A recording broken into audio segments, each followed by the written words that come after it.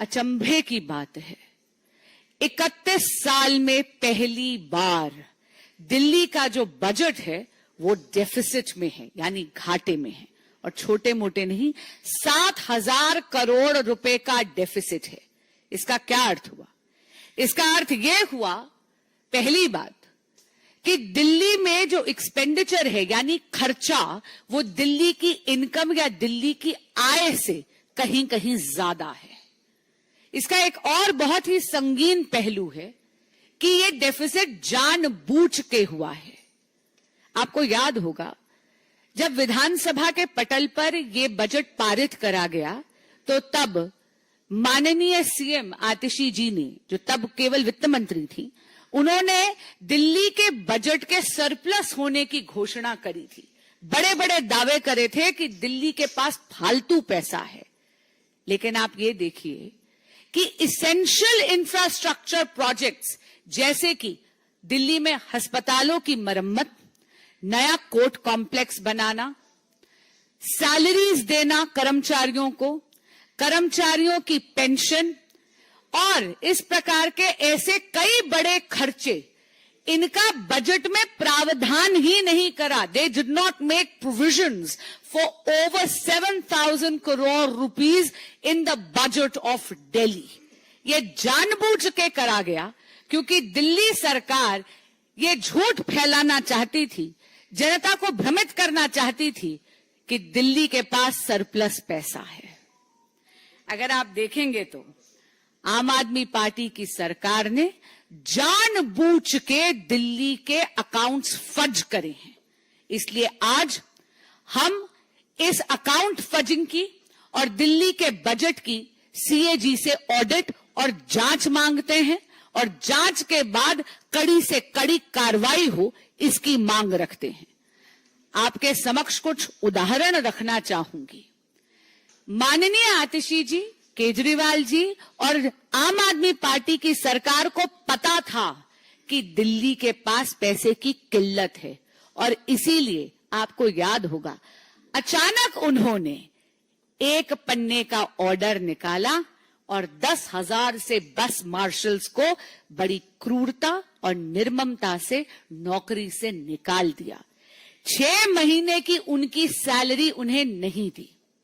इसी तरह क्योंकि दिल्ली सरकार के पास पैसा नहीं है, उन्होंने झूठ बोला था कि बजट में सरप्लस है। 7,000 करोड़ रुपए का उन्होंने बजट में डेफिसिट रखा जानबूझकर। आप देखिए, शिक्षा के क्षेत्र में भी उन्होंने वोकेशनल ट्रेनिंग टीचर्स के साथ भी यही करने का प्रयास करा। बड़ी बेरहमी से एक पन्ने के ऑर्डर से उनको भी निकाल दिया नौकरी से। ये तो माननीय उपराज्यपाल जी की इंटरवेंशन हुई तो उन टीचर्स की नौकरी दोबारा बहाल हुई। इसी के साथ आपको याद होगा, honourable supreme court of India ने जब आरआरटीएस के प्रोजेक्ट का केस चल रहा था तो अल्टीमेटम दिया उन्होंने केजरीवाल सरकार को कि आप इसेंशियल सर्विसेज या जो इसेंशियल इंफ्रास्ट्रक्चर्स हैं उसके लिए आम आदमी पार्टी की सरकार पैसा नहीं दे रही, और देगी भी कहां, क्योंकि आम आदमी पार्टी की सरकार ने दिल्ली के बजट में प्रावधान ही नहीं रखा, जैसा इस रिपोर्ट से स्पष्ट हो रहा है। सुप्रीम कोर्ट को यह अल्टीमेटम देना पड़ा, आम आदमी पार्टी की सरकार को लताड़ना पड़ा कि हम आपका एडवर्टाइजमेंट बजट जो है उसको हम जब्त कर लेंगे, आपके प्रचार का पैसा जब्त करेंगे, क्योंकि आप दिल्ली के लिए इसेंशियल इंफ्रास्ट्रक्चर के लिए पैसा नहीं दे रहे। अब हाल ही में जब मॉनसून आया था तो आप सबको याद है दिल्ली की क्या बदहाली हुई थी। जरा सी बारिश में पूरी की पूरी दिल्ली डूब गई थी। राजेंद्र नगर में तो 3 आईएएस एस्पिरेंट्स की जल भराव के कारण मौत भी हुई। और यह जल भराव क्यों हुआ था? क्योंकि नालों की डिसिल्टिंग नहीं करी गई थी। स्थानीय लोग बार बार आम आदमी पार्टी के विधायक से गुहार लगाते रहे कि डिसिल्टिंग करवा दीजिए, नाले की सफाई करवा दीजिए, लेकिन आम आदमी पार्टी के विधायकों के कानों पर जूं तक नहीं रेंगी। कल की ये जो दिल्ली फाइनेंस डिपार्टमेंट की रिपोर्ट है, इसमें यह भी स्पष्ट हो गया कि नजफगढ़ ड्रेन की डीसिल्टिंग के पैसे को भी इस बजट में इंक्लूड नहीं करा गया था। अरे जब आपके संज्ञान में यही नहीं होगा कि आपको नालों की सफाई करवानी बहुत ज्यादा अनिवार्य है, आप उसके लिए बजट में प्रावधान ही नहीं करेंगे, तो स्वाभाविक सी बात है कि आप अपनी जिम्मेदारी भी नहीं निभाएंगे।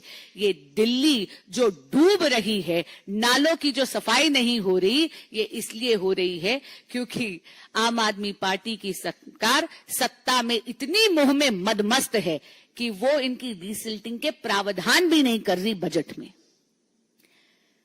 आम आदमी पार्टी की सरकार केवल प्रचार प्रसार और भ्रष्टाचार में लिप्त है। ये ऐसी बेपरवाह सरकार है जिसके लापरवाह मुखिया केवल सत्ता की फिक्र करते हैं, लेकिन दिल्ली वासियों की फिक्र नहीं करते। और इसीलिए 31 साल में पहली बार एक नई उपलब्धि केजरीवाल सरकार ने अपने खिलाफ दर्ज जरूर करवाई है कि पहली बार दिल्ली का बजट 7,000 करोड़ रुपए के डेफिसिट में है। धन्यवाद। जी,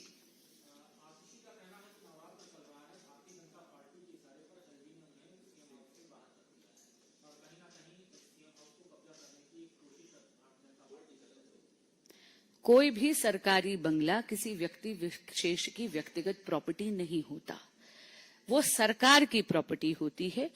उसको विकेट करने के लिए, उसके आवंटन के लिए, उसको ऑक्यूपाई करने के लिए एक पूरा प्रोसीजर होता है। प्रोसीजर अगर फॉलो नहीं करा जाता है तो स्वाभाविक सी बात है कि वहां पर कार्रवाई की आवश्यकता होती है। फिर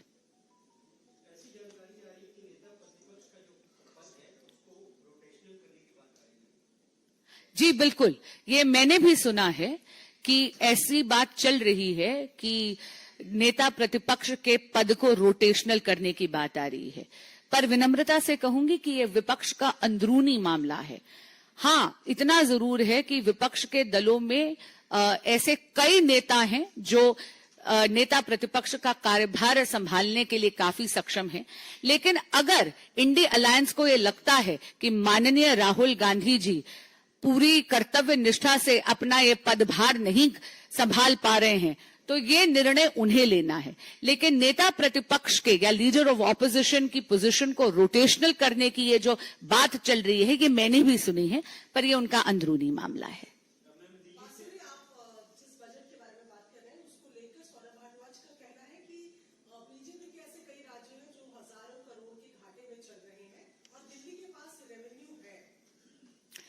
दिल्ली के पास कतई रेवेन्यू नहीं है, और मैं एक बात आपको यहां पे जरूर स्पष्ट करना चाहूंगी।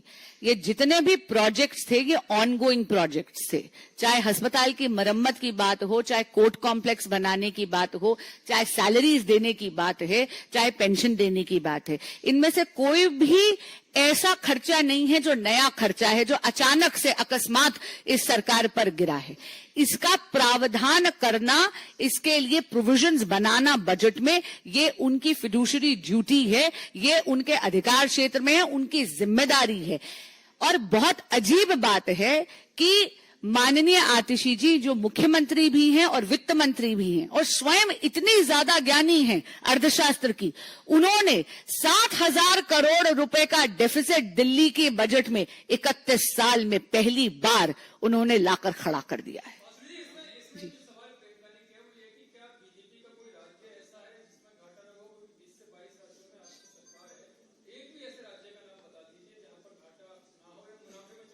ऐसा कोई भी भाजपा रूल्ड स्टेट नहीं है जहां पर इसेंशियल सर्विसेज पर असर पड़ रहा है। यहां पर रातों रात 10,000 मार्शल्स को नौकरी से इतनी निर्ममता से इसलिए हटा दिया गया क्योंकि दिल्ली सरकार ने उनकी सैलरी का प्रावधान ही नहीं करा। इसी तरह वोकेशनल टीचर्स को भी रातों रात एक पन्ने के ऑर्डर से नौकरी से बहुत क्रूरता से हटा दिया गया क्योंकि उनकी इन लोगों ने बजट में प्रावधान ही नहीं करा उनकी सैलरीज के लिए। आपके सवाल में एक बात और बताती हूँ, दिल्ली की किसी भी कॉलोनी में जाकर देख लीजिए एमसीडी की क्या हालत हो रही है। ये जो कूड़े के पहाड़ आप देख रहे हैं सोसाइटीज के आगे, ये क्यों हो रहा है? वो इसलिए क्योंकि एमसीडी के पास पैसा नहीं है कर्मचारियों की तनख्वाह देने के लिए। इसके लिए पूरी तरह केजरीवाल सरकार है जिन्होंने 7,000 करोड़ का बजट डेफिसिट लाए हैं वो दिल्ली में 31 साल के बाद, और उन्होंने कर्मचारियों के सैलरीज का प्रावधान नहीं करा। जी 2022 में जो हुगली में राइट हुए उनके जो आरोपी हैं उनके केस विड्रॉ कर लिए हैं कर्नाटक की गवर्नमेंट ने। इस पर बीजेपी की क्या प्रतिक्रिया है? इसको मैं पूछने के लिए दोनों दौरान। I'm absolutely flabbergasted. This is nothing but politics of appeasement. This was a very, very serious allegation. There were attacks on a police station. Over 158 people were involved in this case of serious rioting. There were injuries which was caused to police personnel. But it seems that for selfish interests of politics, that is why in case of, like I said, the Karnataka government is only practicing politics of appeasement. I'm really, really shocked to see that the Deputy Chief Minister, Shri Shiv Kumar, actually wrote to the Karnataka Police Department asking for withdrawal of these cases, and this is in contravention to the report submitted both by the police department as well as the law department. ये कुछ नहीं है, ये तुष्टीकरण की राजनीति है और ये बहुत ज्यादा शॉकिंग है क्योंकि इसमें 158 से ज्यादा लोग अभियुक्त हैं इन केसेस में। ये बहुत संगीन आरोप हैं जहां पर पुलिस के थाने पर अटैक हुए थे। न जाने कितने पुलिस पर्सनल्स को इसमें चोट भी लगी थी, उनको इंजरीज भी आई थी। यहां तक कि बोथ लॉ डिपार्टमेंट की और पुलिस डिपार्टमेंट की रिपोर्ट के विरुद्ध जाकर यहां पर आप देखेंगे कि कर्नाटक की सरकार तुष्टीकरण की राजनीति कर रही है। माननीय डेप्यूटी सीएम जो कर्नाटक के हैं शिव कुमार जी, उन्होंने पुलिस डिपार्टमेंट को लिखा है कि ये केसेस विड्रॉ करने चाहिए। अगर देश के रक्षकों की ही ये सरकार रक्षा नहीं कर सकती